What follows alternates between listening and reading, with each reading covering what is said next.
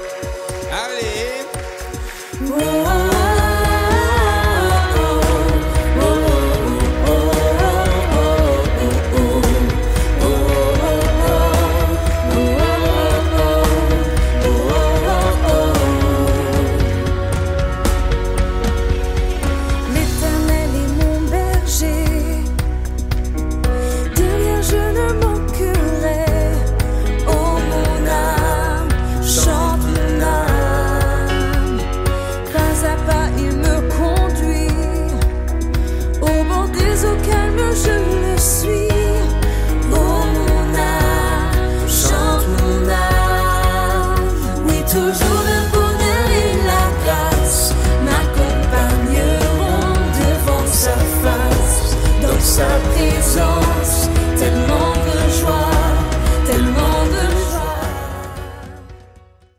Donc bien aimé, aujourd'hui j'aimerais partager quelque chose avec vous. Donc pour encourager une sœur, pour encourager un frère aujourd'hui. Donc ce message a vraiment pour but de vraiment encourager quelqu'un dans sa foi, d'encourager quelqu'un dans sa marche avec le Seigneur. Donc on va beaucoup plus s'orienter aujourd'hui sur la vie d'une femme dans la Bible. Une femme qui a connu l'adversité, une femme qui a connu de grandes choses, de grands problèmes, la vie de Anne. Donc nous allons nous intéresser sur ça. Et le thème du message va se porter sur Anne face à la stérilité. Donc on va essayer de comprendre quelles ont été les réactions de Anne face à la stérilité. On va essayer de comprendre quels ont été les choix que Anne a fait dans la stérilité. On va essayer de comprendre ce que Anne a traversé lorsqu'elle était dans la stérilité. Donc c'est un peu ça le but du message, c'est d'encourager un frère, c'est d'encourager une sœur qui traverse le moment d'adversité. La Bible nous fait comprendre que lorsque le peuple d'Israël était sorti d'Égypte, ils ont connu la puissance de Dieu. Et lorsqu'ils sont arrivés dans le désert, le moment le plus important pour eux, c'était d'expérimenter la présence de Dieu dans le désert. Ce moment-là était pour eux de comprendre, de chercher le cœur de Dieu, de comprendre ce que Dieu voulait pour eux. Parce que lorsqu'ils sont sortis d'Égypte, ils ont connu la puissance, ils ont connu la délivrance. Moïse qui a combattu Pharaon, Moïse qui a combattu tous les princes des ténèbres, tous les esprits méchants. Et lorsque le peuple arrive dans le désert, il y a quelque chose qui doit se passer. Le peuple doit entrer en la présence de son Dieu. Le peuple doit être transformé, le peuple doit connaître quelque chose dans la présence de Dieu. Donc rapidement, nous allons nous intéresser aujourd'hui sur la vie de Anne. Donc 1 Samuel 1, on va rester focalisé sur le passage de 1 Samuel 1. On va vraiment essayer d'aller pas à pas, essayer de comprendre qu'est-ce qui s'est passé et qu'est-ce que Dieu voulait réellement à travers la vie de Anne. Donc, nous savons que lorsque nous regardons le livre de 1 Samuel 1, au chapitre 1, nous voyons que ce livre était dans le temps des juges. Donc, c'était un moment où c'était la tribulation en Israël, où à chaque fois Dieu suscitait des juges à chaque instant. Donc, tout entre les 60 et 70 ans, Dieu envoyait un juge pour pouvoir remettre la paix, pour pouvoir restaurer la paix pendant ce moment de tribulation. Et la Bible nous dit quelque part dans Juge que le peuple allait selon ce que leur cœur disait. Mais alors que Dieu régnait sur eux, mais le peuple allait selon ce que leur cœur disait. Donc c'était vraiment un moment où le peuple, l'état spirituel du peuple était vraiment au plus bas. Et c'était vraiment le moment où le peuple n'était vraiment pas dans un état spirituel stable. Donc dans ce moment, Anne va traverser cette situation dans un environnement qui n'est pas propice, puisque l'environnement lui-même n'est pas vraiment idéal, et Anne va être confrontée à ce problème-là. Donc rapidement, je vais lire à partir de 1 Samuel 1.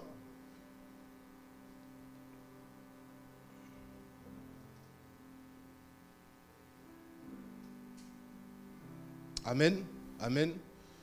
La Bible nous dit qu'il y avait un homme de Ramathaïm, Sophim, de la montagne d'Éphraïm. Son nom était Elkana, fils de Jéhoram, fils de Elihu, fils de Tohu, fils de Sum et Ephratien. La Bible dit ensuite, et il avait deux femmes.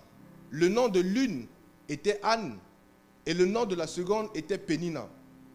Et Pénina avait des enfants, mais Anne n'en avait point. La Bible nous dit que Elkana avait 2 femmes. La première était Anne, la deuxième était Pénina. Mais la Bible nous montre que la deuxième avait ce que la première n'avait pas. Anne, qui était la première épouse auprès d'Elkana, la seconde épouse, qui était Pénina, avait des enfants, la chose que Anne n'avait pas. Mais Anne ne savait pas, parce que le nom Anne signifie la grâce de Dieu. Anne ne savait pas que la stérilité qu'elle portait, elle ne savait pas que le nom qu'elle portait, ce qu'elle allait devenir avec Samuel. La Bible nous dit que Anne était première, mais Pénina était deuxième, mais Pénina avait les enfants, la chose que Anne désirait. Anne désirait enfanter, Anne désirait la fertilité. Bien aimé, dans la vie, tu peux être premier, tu peux être dans une classe supérieure, tu finis tes diplômes, mais celui qui va sans doute venir après toi, toi tu es déjà dans la vie professionnelle, mais celui qui va venir après toi, sans doute, il va accomplir des choses que toi qui avais fini ton diplôme en premier, il va sans doute accomplir plus que toi. Toi qui étais en deuxième, toi qui étais en premier, pardon, et l'autre qui était en deuxième, le deuxième va plus accomplir des choses que toi. Mais nous ne devons pas nous focaliser, ce n'est pas une question de concurrence, mais c'est une question de grâce.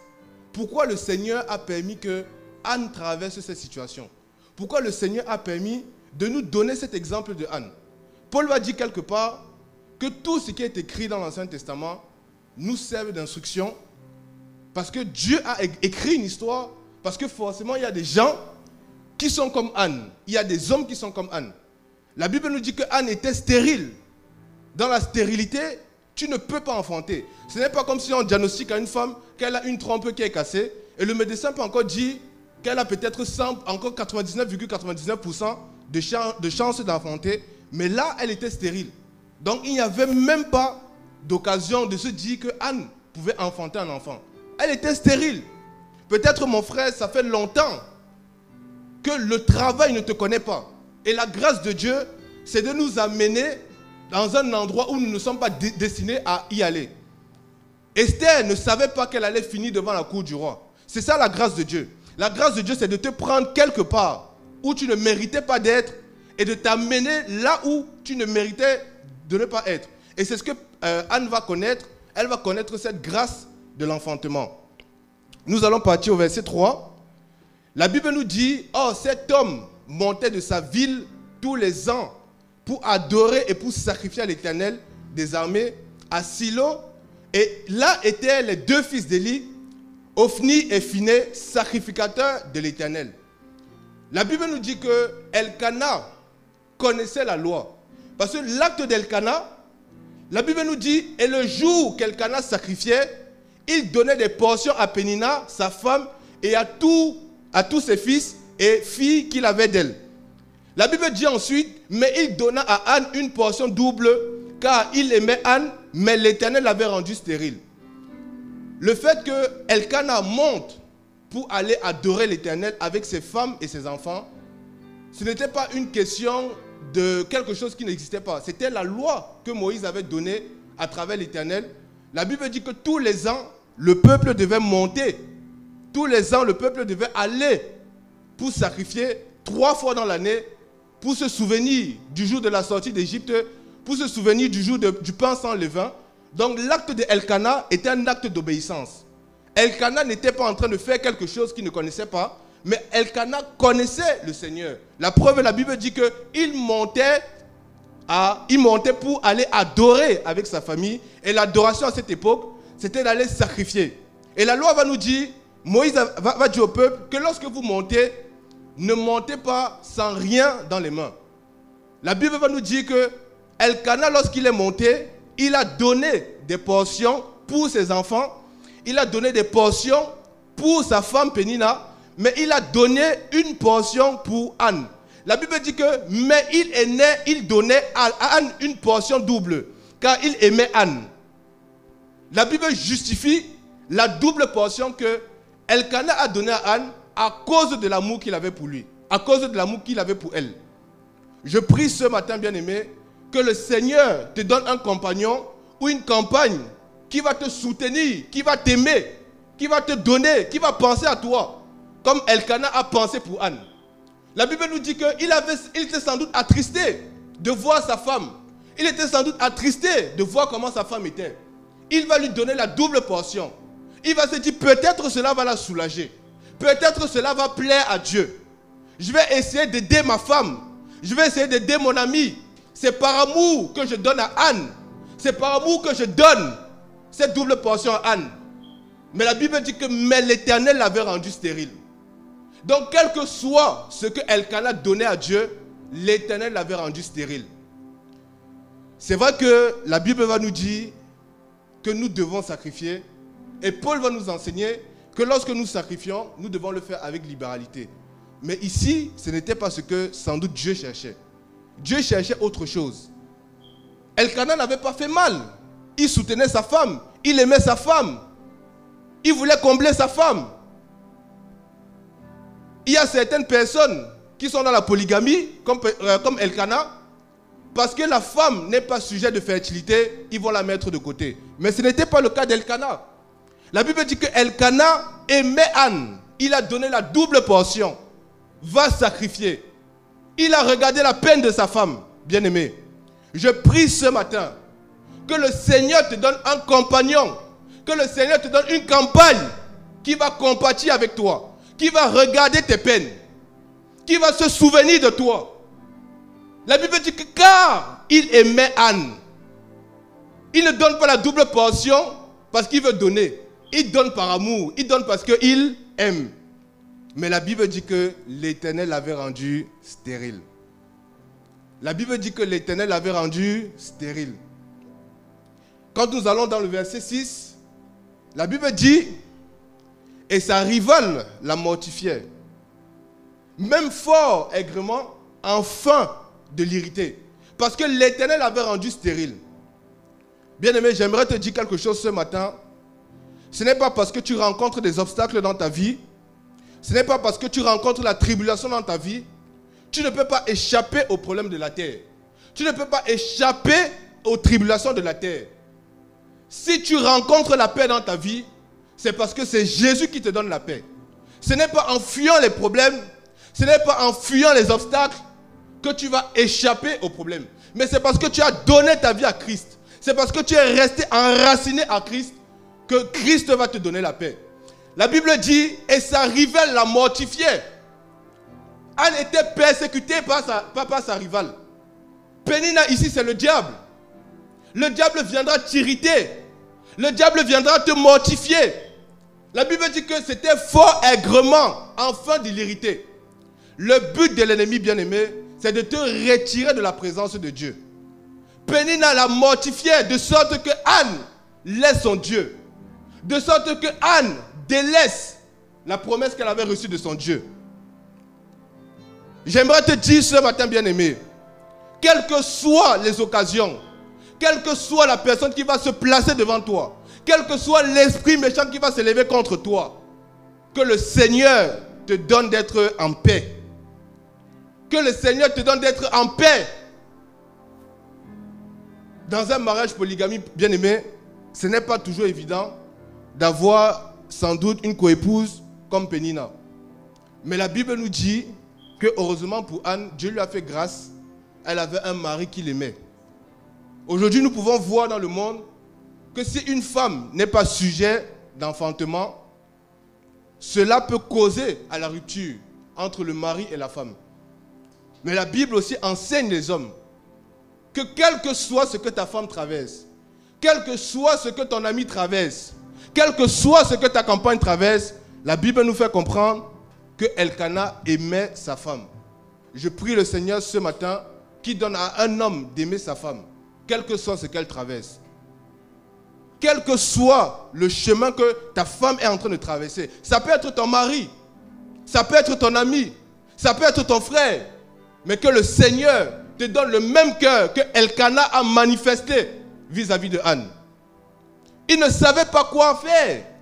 Il a dit, je te donnerai une double portion. Peut-être ça va penser le cœur de Dieu. Peut-être ça va toucher le cœur de Dieu. Mais la Bible dit que l'Éternel l'avait rendu stérile. Ça ne dépendait pas du sacrifice, Mais il y avait quelque chose, et nous allons le découvrir ensuite. La Bible nous dit, dans le verset 7, « Et Elkana faisait ainsi tous les ans. » Elkana était obéissant, il obéissait à la loi. Il connaissait la loi de Moïse. C'était une famille pieuse. Chaque fois qu'Anne montait à la maison de l'Éternel, Pénina l'offensait. De la même manière, et Anne pleurait et ne mangeait point. Bien-aimé, le but de l'ennemi dans ta vie, le but de Satan dans ta vie, c'est de te retirer de la présence de Dieu. C'est que tu sortes de la présence de Dieu. C'est de t'irriter dans la présence de ton Dieu. C'est de te faire comprendre que mon frère, peut-être tu traverses cette situation. Il va venir te dire, où est Dieu? Il va venir te dire, où est-ce que Dieu est? Comme Job avait 3 amis. La Bible nous fait comprendre que lorsque ses amis arrivent, ils vont compatir avec lui. Oh Job, qu'est-ce qui s'est passé, etc. Mais lorsque les autres chapitres vont se dérouler, la Bible va nous faire comprendre que les amis de Job vont commencer à le condamner. Ils vont commencer à rendre son cœur amer. Pénina, c'était la même chose. Elle rendait le cœur amer de sa coépouse. Au lieu de soutenir sa coépouse. Pénina avait les enfants, mais Anne n'avait pas d'enfants. Les amis de Job connaissaient la souffrance de Job. Ils ont eu un manque de compassion. Ils ont eu un manque d'allégresse envers leurs amis. Mais la Bible va nous dire que Job a eu la grâce. Dieu lui a envoyé un 4e ami, Élihu, pour venir préparer le chemin du Seigneur. Lorsque Élihu arrive, il commence à préparer le cœur de Job. Il dit, Job, n'écoute pas ce que les 3 autres t'ont dit. Essaye de te raisonner. Le Seigneur inspire le 4e ami de Job. Et après que son 4e ami est passé, ça dure un chapitre. Et la Bible nous dit ensuite que l'Éternel revient. Il dit, quel est cet homme qui obscurcit mes plans? Assieds-toi, je vais m'asseoir, tu vas m'enseigner. Bien-aimé, je prie ce matin que le Seigneur vous donne un ami qui viendra préparer votre cœur, qui viendra vous soulager, que le Seigneur ne vous donne pas une Pénina, que le Seigneur vous donne un ami qui va vous soulager, un ami qui va avoir compassion de vous, pas un ami qui va vous dire, depuis que tu pries, qu'est-ce qui a changé dans ta vie? Ce n'est pas ça que nous avons besoin. Ce n'est pas de cette communion que Dieu parle. Ce n'est pas de cette communion que Jésus parle. Jésus parle de celui qui aime son frère est capable de donner son amour, sa vie pour son frère. Jésus définit l'amour par rapport au fait que tu es capable de donner ta vie pour la personne. Jésus dit, je vous ai aimé. Il dit, la mesure de l'amour, c'est selon moi. Je vous ai aimé. Aimez-vous les uns les autres comme je vous ai aimé. La loi va dire, tu aimeras ton prochain comme toi-même. Donc ça veut dire que si un frère vient, il me tape, je le tape aussi, donc je l'aime. Mais Jésus dit, on m'a frappé à la croix. Ne rendez pas. Mais Jésus va prier. Père, pardonne-leur parce qu'ils ne savent pas ce qu'ils font. Que le Seigneur bien-aimé vous donne d'être entouré des personnes qui vont vous remonter le cœur. La Bible dit que tellement Anne était offensée, Anne n'arrivait plus à manger. Anne n'arrivait plus, elle pleurait. Bien-aimé, même si tu es dans la tribulation, ne lâche pas les Écritures. Continue à consommer la parole. Continue à consommer les Écritures. Le but de l'ennemi, c'est de te distraire. Le but de l'ennemi, c'est de te retirer de la présence de Dieu. Anne devait comprendre quelque chose. Parce qu'il y a un avant et un après Anne. Quelle était la vie de Anne avant et quelle était la vie de Anne après? Il y a un détail qui va tout changer. La Bible nous dit que Anne pleurait, elle était offensée. Bien aimé, si tu pleures, mieux vaut que tu pleures dans la présence de Dieu que tu pleures en dehors de la présence de Dieu. Elimelech s'est levé avec sa famille pour aller pleurer chez Moab. Il a connu la mort. Ses enfants ont pris pour épouse des étrangères. Mais la loi dit que tu ne prendras pas pour épouse une femme étrangère. La présence de Dieu a eu des conséquences. Quitter la présence de Dieu t'amène à la mort. Quel que soit ce que tu traverses, quelle que soit la famine qui a frappé ta maison, quel que soit ce que tu peux traverser dans ton désert, ne t'éloigne jamais de la présence de Dieu. La Bible dit que lorsque Anne montait en la présence de Dieu, elle était triste. Lorsque Anne montait à la présence de Dieu, Pénina était là pour l'offenser. Lorsque Anne montait dans la maison de l'Éternel, elle ne pouvait pas manger. Mais pourtant la loi nous enseigne que lorsque le peuple monte, ils doivent manger avec joie. Mais Anne, ce n'était pas le cas. Anne n'avait pas ce cœur. Elle partait sacrifier, mais son cœur rempli d'amertume. La Bible nous dit que malgré que Naomi est rentrée en Israël, elle était encore remplie d'amertume. Lorsqu'elle arrive, on l'appelle Naomi, Naomi qui veut dire belle. Elle dit, non, appelez-moi Mara, appelez-moi amère, bien-aimé. Que le Seigneur te donne l'allégresse, que le Seigneur te donne de déborder de joie dans sa présence. Quel que soit ce que le diable peut occasionner dans ta vie, reste focalisé dans la présence de ton Dieu. Une fois que tu sors de la présence, c'est fini. Le peuple est délivré d'Égypte lorsqu'ils sont dans le désert. La Bible dit que le jour, la colonne de nuée les dirige, le soir, la colonne de feu les oriente. Le peuple était en la présence de Dieu. C'est dans la présence de Dieu que Dieu a besoin de nous transformer. C'est dans la présence de Dieu que Dieu a besoin de nous toucher. La Bible dit ensuite que Elkana, son mari, lui disait, Anne, pourquoi pleures-tu? Et pourquoi ne manges-tu point? Cela attristait son mari. Et pourquoi ton cœur est-il triste? Est-ce que je ne vaux pas mieux pour toi que 10 fils? Bien-aimé, lorsque j'ai lu ce passage, j'ai compris que l'amour de Elkana ne suffisait pas à Anne. L'amour d'un homme ne peut pas te suffire. L'amour d'une femme ne peut pas te suffire. L'amour de Dieu est différent. La Bible dit que malgré que Elkana pouvait lui donner tout ce qu'elle voulait, Elkana avait conscience que sa femme ne pouvait pas enfanter. Il avait conscience qu'elle était dans la stérilité. Mais la Bible dit qu'il lui a dit, est-ce que je ne vaux pas mieux que 10 fils? Est-ce que je ne vaux pas mieux que ton travail? Je ne vaux pas mieux que ta vie? Je ne vaux pas mieux que tes problèmes? Mais Anne, ce n'était pas le cœur de son frère, de son mari qui l'a satisfait. Elle voulait le cœur de Dieu. Le cœur de son mari n'était pas suffisant. L'amour de son mari n'était pas suffisant. C'est pourquoi la Bible dit que mettons notre confiance en Dieu. Le premier commandement de Dieu, tu n'auras pas d'autre Dieu que moi. Tu aimeras ton Dieu de tout ton cœur, de toute ton âme et de toute ta pensée. Elkana n'était pas suffisant pour sa femme. Bien-aimé, le secours envers les hommes ne sera pas suffisant. Quel que soit ce qu'un homme peut t'apporter, cet amour ne sera pas suffisant. Reste focalisé sur le cœur de ton Dieu. La Bible nous dit que Elkana ne comprenait pas sa femme. Les gens ne vont pas te comprendre. Les gens vont t'offrir les choses. Ils vont te donner leur amour. Mais il y a quelque chose qui va te manquer. C'est l'amour de Dieu. La Bible nous dit ensuite, or, après avoir mangé et bu à Silo, Anne se leva et Élie le sacrificateur était assis sur son siège auprès d'un des poteaux du temple de l'Éternel. La Bible dit, elle donc, l'âme pleine d'amertume, pria l'Éternel en répandant beaucoup de larmes.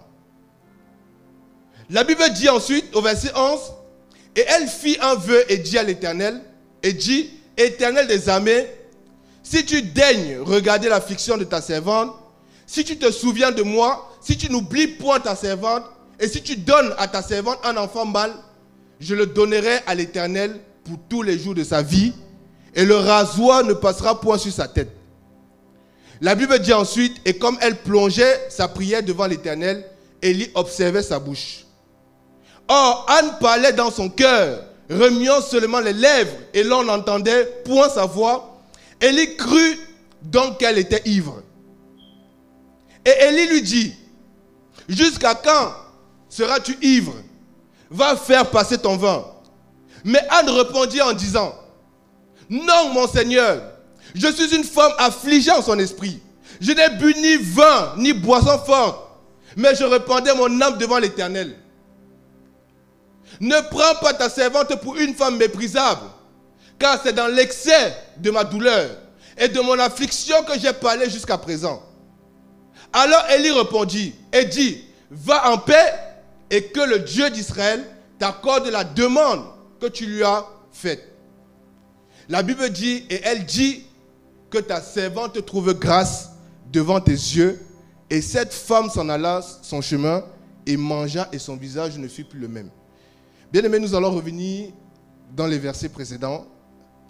La Bible nous dit qu'il y avait un avant.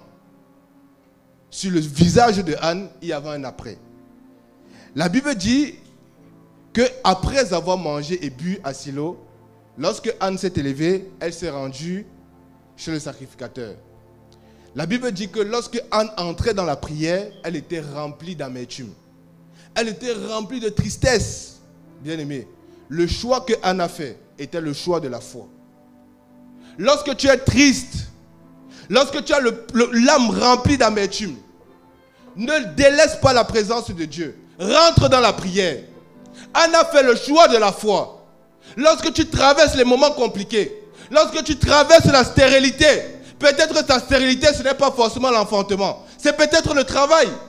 C'est peut-être quelque chose que tu n'étais pas destiné à obtenir. Mais la Bible dit que Anne signifie la grâce de Dieu. La Bible nous dit ensuite que lorsqu'elle entrait dans la prière, elle avait le cœur rempli d'amertume. Je me souviens d'une parole dans les Écritures. Jésus dit, venez à moi, vous qui êtes fatigués. Venez à moi, déchargez-vous. Prenez mon joug. Elle avait compris cette parole.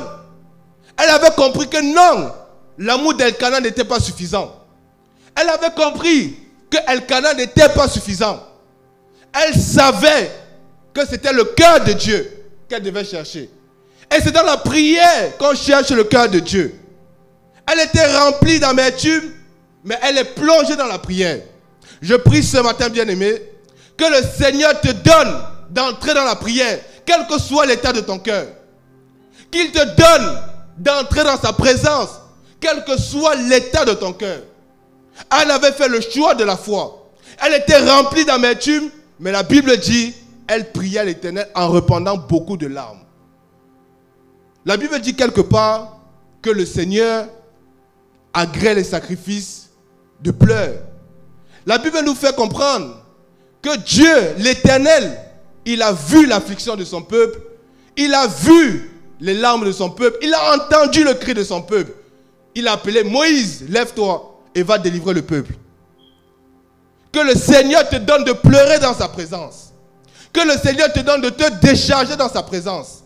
Parce que Dieu avait vu l'affliction de son peuple. Même si l'alliance, même si la promesse avait été donnée à Abraham, que je vais délivrer ton peuple après 400 ans, la Bible dit quand même que Dieu a vu l'affliction de son peuple. Dieu a vu le cri, il a entendu ses cris, bien-aimé. Quels sont tes cris? Quelle est l'affliction que tu montres à Dieu? Quelle est les larmes que tu coules dans la présence de Dieu? Dieu a un cœur. Dieu est compatissant. La Bible dit que chaque matin, les bontés de l'Éternel se renouvellent et ses compassions ne sont jamais à leur terme. Tu peux toucher le cœur de Dieu avec tes larmes. Et David savait le faire. David était un expert en ça. Il savait se coucher et s'humilier. Et pleurer. La Bible nous dit que lorsque Akab avait entendu la sentence de la bouche de Élie, Akab est allé se rouler au sol. Il est parti pleurer. Le Seigneur a oublié. Le Seigneur a oublié ce que Akab avait fait. Je prie ce matin, mon frère. Je prie ce matin, ma soeur, que le Seigneur te donne de pleurer en sa présence. Qu'il te donne d'être rempli d'amertume en sa présence. Parce que Jésus dit que viens à moi, décharge ton amertume. Décharge ton cœur dans ma présence. La Bible dit que Anne répandait les larmes dans la présence de Dieu. Mieux vaut le faire dans la présence de Dieu qu'aller le faire en dehors de la présence de Dieu. Je préfère le faire à Jérusalem. Je préfère le faire en Israël qu'aller le faire chez les Moabites, que d'aller le faire chez les Philistins. Je préfère pleurer en Juda. Je préfère pleurer dans la tribu de Manassé que d'aller pleurer dans la tribu des Philistins. Anne était remplie d'amertume. Mais cette amertume, elle a enraciné dans la prière. Et Dieu a déchargé son cœur. Bien-aimé, lorsque tu traverses des choses compliquées, lorsque tu traverses ton désert en général, la première des choses que Dieu fait lorsque tu viens en sa présence, c'est qu'il te donne d'abord la paix dans le cœur. Il te donne d'abord la paix dans le cœur. La première des choses, avant que Dieu ne commence à résoudre ta situation, il te donne d'abord la paix dans le cœur. La paix qu'il va te donner va te permettre d'avancer avec la joie. La Bible dit que la joie de l'Éternel soit votre force. Parce que la joie que Jésus va te donner sera ta force. Elkana savait que la joie de Anne savait que la joie de Elkana ne pouvait pas la satisfaire. Anne savait que les bontés d'Elkana ne pouvaient pas la satisfaire. Elle savait que si elle va pleurer dans la présence de son Dieu, la joie de son Dieu sera encore plus merveilleuse que la joie de son mari. Bien-aimé, ne dépose pas tout ton être dans ton mari. Ne dépose pas tous tes espoirs dans la vie d'un homme. Mais dépose-les aux pieds de Jésus. Dépose-les dans la présence de Dieu. Un homme ne pourra pas faire ce que Christ peut faire dans ta vie. La Bible dit ensuite que Anne a fait un vœu.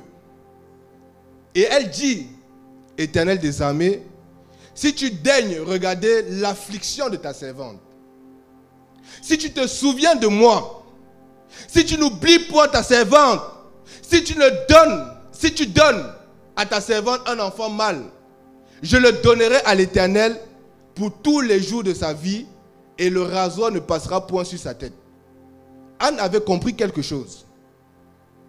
La Bible nous dit, fais de l'Éternel tes délices et il t'accordera les désirs de ton cœur. Lorsque nous prions, est-ce que nous prions dans l'adversité, lorsque nous sommes dans le désert, est-ce que lorsque nous prions pour notre propre intérêt ou nous prions pour la volonté de Dieu? Anne n'a pas fait une prière égoïste. Anne a fait la prière qui a plu à Dieu. Parce qu'elle a dit à Dieu que si tu me donnes le travail, je vais te le redonner. Abraham demande Isaac, il reçoit Isaac, Dieu lui demande, sacrifie Isaac. La Bible nous dit qu'elle dit, donne-moi et je vais te le redonner. Lorsque nous sommes dans la prière, cherchons la volonté de Dieu. Dieu doit trouver son intérêt dans ta prière. Dieu doit trouver son intérêt dans ton besoin. Elle savait que si Dieu lui donnait l'enfant, nous savons très bien que l'enfant c'était Samuel. Samuel est devenu un grand prophète. Samuel a servi l'Éternel. Elle a fait une prière qui a plu à Dieu. Parce qu'elle a trouvé l'intérêt de Dieu à l'intérieur. Jésus va dire que ta volonté soit faite dans le ciel comme sur la terre. Bien-aimés, qui sont sur la terre? C'est nous. Lorsque nous prions, recherchons la volonté de Dieu. Ne soyons pas égoïstes. Sinon Dieu ne va pas nous bénir. Sinon Dieu ne va pas nous accorder les choses. Mais lorsque nous prions, recherchons la volonté de Dieu. Anne a dit, Seigneur, si tu daignes regarder l'affliction de ta servante, si tu te souviens de moi, l'enfant mâle, elle a précisé, l'enfant mâle, bien-aimé, sois précis dans tes prières.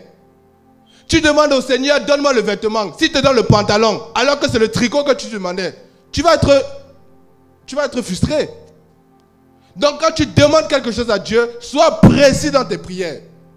Elle a dit, si tu me donnes un enfant mâle, je le redonnerai à l'Éternel. Je le redonnerai tous les jours de sa vie à l'Éternel. Est-ce que lorsque tu demandes quelque chose à Dieu, est-ce que tu essaies de trouver l'intérêt de Dieu dans ce que tu demandes? Salomon va se coucher et prier que Seigneur, donne-moi tel pour l'œuvre pour diriger ton peuple. Salomon a fait une prière qui a plu à Dieu. Parce qu'il a montré à Dieu que si tu me donnes, voici ton intérêt. Si tu me donnes, voici ton intérêt. Quelle est la chose que tu demandes au Seigneur? Et dans ce que tu demandes, est-ce que Dieu va trouver son intérêt? Il faut que dans ce que tu demandes, Dieu trouve son intérêt. S'il ne trouve pas son intérêt, ça sert à quoi qu'il te donne? Lui, il est Dieu, il reste Dieu. C'est sa volonté qui doit s'accomplir. La Bible dit, lorsque la parole de Dieu descend, elle ne remonte pas à lui sans être accomplie. La Bible nous dit que Anne a dit, Seigneur, donne-moi, donne-moi et je te le redonnerai. Abraham a reçu Isaac, il a redonné à Dieu. Quand Dieu a vu ça, et lorsqu'il montait même pour donner Isaac, il a dit, je vais adorer. Il a dit, je vais adorer, je vais poser un acte d'adoration. Je vais donner Isaac à l'Éternel, je vais l'adorer. Il aurait bien pu dire à ses serviteurs, je vais sacrifier Isaac. Mais il a dit, je vais adorer Isaac. Lorsque nous demandons quelque chose au Seigneur, il faut que cette chose retourne à Dieu. Il faut que Dieu voie son intérêt. Et c'est comme ça que Dieu va nous bénir. Parce que le pasteur souvent nous enseigne que Dieu, c'est un businessman. C'est quelqu'un qui doit trouver son intérêt dans ce qu'il nous donne, afin que cela puisse fructifier. Il ne va pas te donner quelque chose pour que ça arrive à son terme. Non. Ses compassions ne sont jamais à leur terme. Ses bénédictions ne sont jamais à leur terme. Je prie ce matin, bien-aimé, que le Seigneur te donne toujours de prier selon sa volonté. Que le Seigneur inspire toujours ton cœur de prier selon sa volonté. Parce que le vœu qu'Anne a fait, elle a fait dans l'intérêt de son Dieu. La Bible dit qu'elle a demandé au Seigneur, tu me donnes et je te le redonne. Mon frère, la question que j'aimerais te poser, ma soeur, la question que j'aimerais te poser, est-ce que tu es prête à redonner ce que Dieu t'a donné? Tu peux demander les enfants à Dieu. Une fois que tu as les enfants, tu quittes l'église. Une fois que tu as les enfants, tu quittes la présence de Dieu. Mais ce n'était pas le cas pour Anne. C'est pourquoi Dieu l'a exaucé. Quelle que soit la grâce de Dieu, Dieu l'a exaucé. Salomon dit, Seigneur, tu me donnes, c'est pour le peuple, ce n'est pas pour moi. Dieu a dit que lui, il est très bon. Il est très intelligent. Il a su toucher mon cœur. De la même manière qu'un enfant va demander quelque chose à son père, papa, etc. Il trouve les techniques. Avec Dieu, c'est pareil. Dieu n'a pas un cœur, ce n'est pas un robot. Dieu, ce n'est pas un robot. Faisons des prières utiles. Des prières qui vont toucher le cœur de Dieu. Tu es dans la tribulation. Ne regarde pas seulement à ton sauvetage, mais regarde ce que Dieu peut faire après la tribulation. La volonté de Dieu, c'était que lorsque le peuple sortait du désert, c'est qu'il prospère à Canaan. Mais dans la présence de Dieu, ils devaient d'abord connaître ce que Dieu voulait dans leur cœur. Lorsque tu es dans la stérilité, Dieu voulait transformer le cœur de Anne. La Bible dit que lorsque Anne est entrée dans la prière, elle était remplie d'amertume. Et la Bible dit ensuite, au verset 12, comme Anne plongeait dans la prière devant l'Éternel, Élie observait sa bouche. Or, Anne parlait dans son cœur, remuant seulement les lèvres. On l'entendait à point sa voix, mais Élie crut donc qu'elle était ivre. Bien aimé, j'ai remarqué quelque chose, c'est que tellement Anne était dans une vie de prière que les gens ont cru qu'elle était ivre. Nous voyons quand les gens boivent de l'alcool, quand quelqu'un est ivre, il s'en fout de ce qui se passe autour de lui. Tellement Anne était enracinée dans la prière qu'on a cru qu'elle était ivre. Je prie ce matin que le Seigneur te donne d'être ivre dans la prière. Que la prière te rende en état d'ivresse. Le monde connaît l'ivresse de l'alcool, mais que le chrétien connaisse l'ivresse de la prière. La Bible dit que Élie a cru qu'elle était ivre. Élie dit, jusqu'à quand seras-tu ivre? Va faire passer ta joie, va faire passer ton vin. Mais il ne savait pas que c'était la prière qui rendait Anne ainsi. Les hommes vont te regarder pareil, les femmes vont te regarder pareil, ils vont te traiter de ivre. Mais mieux vaut qu'ils te traitent de ivre dans la prière que de te traiter de ivre dans les liqueurs fortes. La Bible dit que le sacrificateur Élie pensait qu'elle était ivre.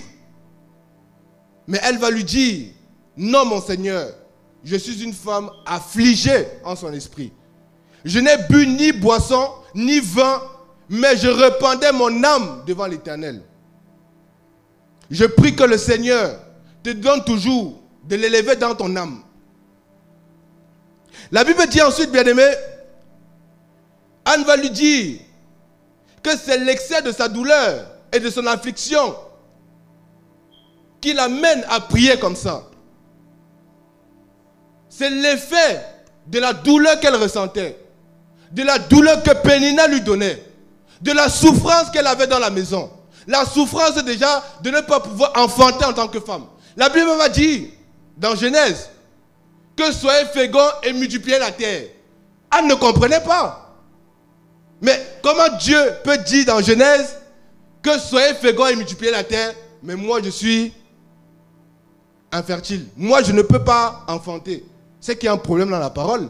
Mais elle ne savait pas que Dieu voulait écrire une histoire, que Dieu voulait écrire quelque chose dans sa vie. Dieu voulait qu'elle soit un point de témoignage. Dieu voulait qu'elle soit un point de témoignage. Aujourd'hui, nous prêchons, nous prions, nous exhortons avec Anne. Si Anne n'existait pas, qu'allaient faire les femmes stériles? Qu'allaient faire les hommes stériles si Anne n'existait pas? Je sais que lorsque la stérilité entre dans ma vie, je me souviens de Anne. Je me souviens de la vie que Anne a traversée. Comment Dieu a transformé Anne. De l'amertume à la joie. De la tristesse à la joie. De la douleur à la joie. C'est ça la vie de Anne. Job va m'enseigner que même si tu es juste, tu vas souffrir. Un psaume quelque part nous enseigne que Joseph, quand il était amené en Égypte, c'était la volonté de Dieu. Il y a des choses que Dieu le fait juste pour sa gloire. La Bible va nous dire que lorsque les disciples sont arrivés, ils ont dit à Jésus que, mais Seigneur Jésus, est-ce que cet homme, ses parents ont péché? Est-ce que son frère a péché? Est-ce que lui-même il a péché? Non! Jésus dit qu'il était malade pendant ces années pour ce passage. C'est parce que j'allais passer qu'il était malade. C'était un moyen de témoignage. Il dit non, c'est que pour la gloire de Dieu que cet homme était malade. Ce n'est pas souvent à cause du péché. Ce n'est pas souvent à cause de ta famille ou des péchés de tes parents. Mais souvent c'est Dieu qui crée quelque chose dans ta vie juste pour montrer que sa grâce surabonde dans ta vie. Anne n'avait rien fait. Job n'avait rien fait. Dieu s'est glorifié avec Job. Job n'a point péché. Mais la Bible dit, parce que Job avait reçu la grâce de Dieu, c'est pourquoi il a traversé cette situation. Les problèmes souvent qui viennent dans notre vie ne sont pas souvent dus au péché que nous avons fait. C'est parce que Dieu veut t'utiliser comme un moyen de témoignage. Lorsque Dieu agit, il ne regarde pas à une seule personne, mais il regarde à toute une assemblée. Quand il te bénit, ce n'est pas pour te bénir seul, mais c'est pour que tu sois un moyen de bénédiction. Quand le Seigneur regarde ta vie, quand il te fait traverser ses soucis, souviens-toi que demain, tu vas exhorter un frère, tu vas exhorter une sœur qui est dans cette situation. Ne regarde pas à toi, ne regarde pas à ta vie, parce que ta vie sera un moyen de témoignage. La vie de ma mère sera un moyen de témoignage pour plusieurs femmes. Les souffrances qu'elle a endurées, les souffrances qu'elle a traversées, demain elle témoignera. Sans doute il y a des femmes qui sont dans le même cas que elle. Elle pourra dire, j'ai traversé ça, voici ce que Dieu m'a dit, voilà comment je dois faire, etc. Dieu ne va pas se répéter. Dieu va utiliser ta vie pour que tu ailles montrer à la personne comment faire. Et c'était le cas de Anne. La Bible va nous dire ensuite que lorsqu'elle a répondu à Élie, Élie lui a dit, va en paix et que le Dieu d'Israël t'accorde la demande que tu lui as faite. La réaction de Anne est très étonnante. La Bible dit, elle dit ensuite, que ta servante trouve grâce devant tes yeux. Donc elle s'est saisie de la parole du sacrificateur. Elle s'est saisie de la parole du sacrificateur. Je me rappelle une fois, il y avait un rêve que j'avais fait, j'avais envoyé au pasteur. Le pasteur m'a dit que le Seigneur est en train de t'encourager, il faut seulement garder la main sur lui. La parole que Élie a donnée à Anne, c'était une parole d'encouragement et il faut souvent saisir ces paroles par la foi. Que ta servante trouve grâce, etc. Mais il va lui dire que va en paix. Anne va se saisir de cette parole. Et la Bible dit que ta servante trouve grâce devant tes yeux. Et cette femme s'en alla son chemin et mangea et son visage ne fut plus le même. La Bible nous dit que la prière, voilà les résultats de la prière. Une femme qui est entrée dans la prière remplie d'amertume, une femme qui en ressort avec le visage ouvert. Ce n'est pas Elkana, ce n'est pas un homme, ce n'est pas une femme, mais c'est l'Éternel qui a agi. L'Éternel lui a donné une parole d'encouragement. Jean-Baptiste est venu préparer le cœur du peuple, le temps que la lumière arrive. Et lui est venu préparer le cœur de Job, le temps que Dieu arrive. La Bible nous dit entre Malachie et Matthieu, 400 ans, c'est pas. Il n'y avait plus de prophète. Dieu ne parlait plus. Mais il y avait un homme qui prêchait dans le désert, qui préparait le chemin du Seigneur, qui préparait le chemin de la lumière. Une parole dans le désert qui venait encourager le peuple. Que tenez bon, le Sauveur arrive. Tenez bon, le Messie arrive. Et lui est venu dire à Job, tiens bon, Dieu arrive. Je prie ce matin que le Seigneur te donne une parole d'encouragement. Que le Seigneur te donne une parole d'encouragement. Ces paroles d'encouragement, il faut les saisir par la foi. Il faut les saisir par la foi. La Bible dit ensuite, après cela, il se levait de bon matin et se prosternait devant l'Éternel. Puis il s'en retournait et vint à leur maison à Rama. Alors Elkana connut Anne, sa femme, et l'Éternel s'est souvenu d'elle. Je prie ce matin pour une femme ou pour un homme que le Seigneur se souvienne de toi. Qui se souvienne des prières que tu as faites. Qui se souvienne de l'affliction que tu as traversée. Qui se souvienne des pleurs que tu as manifestés. Qui se souvienne de toutes ces choses que tu as traversées. Je prie ce matin que le Seigneur relève quelqu'un. Que le Seigneur relève quelqu'un de son affliction. Que le Seigneur relève quelqu'un de son amertume. La Bible dit que lorsqu'elle est rentrée chez elle, Elkana a connu Anne et l'Éternel s'est souvenu d'elle. Le Seigneur se souviendra de toi lorsque tu seras fidèle dans les petites choses. Abraham avait reçu la promesse que de toi sortira une multitude. Mais il reçoit Isaac. Le Seigneur lui dit que mais viens me donner Isaac. Mais Abraham dit que mais attends. Tu me donnes un enfant et tu vas encore le reprendre. Je ne vois pas où la multitude va sortir. Je ne vois pas où les grains de sable vont sortir. Je ne vois pas où la terre va être peuplée. Mais à cause de l'acte d'obéissance, peut-être son cœur lui faisait mal. La Bible dit que lorsqu'il montait, Isaac va lui poser la question. Papa, où est l'agneau? Il y aura des raisonnements qui vont se lever dans ta tête. Isaac va te poser les questions. Papa, où est l'agneau? Où est la présence de Dieu? Où est-ce que ton Dieu se trouve? Mais la Bible dit que Abraham avançait. Quels que soient les raisonnements qui viennent dans ta tête, que le Seigneur te donne toujours d'avancer. Isaac a posé des questions sur le chemin à Abraham. Mais papa, où est le sacrifice? Isaac n'avait pas compris que le sacrifice était lui. Sacrifie ta vie pour Dieu. Parce que Abraham a donné de ce qu'il avait de plus meilleur. Donne de tout ce que tu as de plus meilleur dans la prière. La Bible dit que Anne ne mangeait pas. Continue à consommer la parole. Continue à te nourrir de la parole. De la même manière que tu te nourris physiquement, nourris ton esprit des Écritures. La Bible est un restaurant spirituel. La Bible est un restaurant. Tu peux aller nourrir ton esprit. Jésus dit que l'homme ne va pas seulement manger, se nourrir de pain, mais il va se nourrir de tout ce qui sort de la bouche de Dieu. Anne avait compris cela.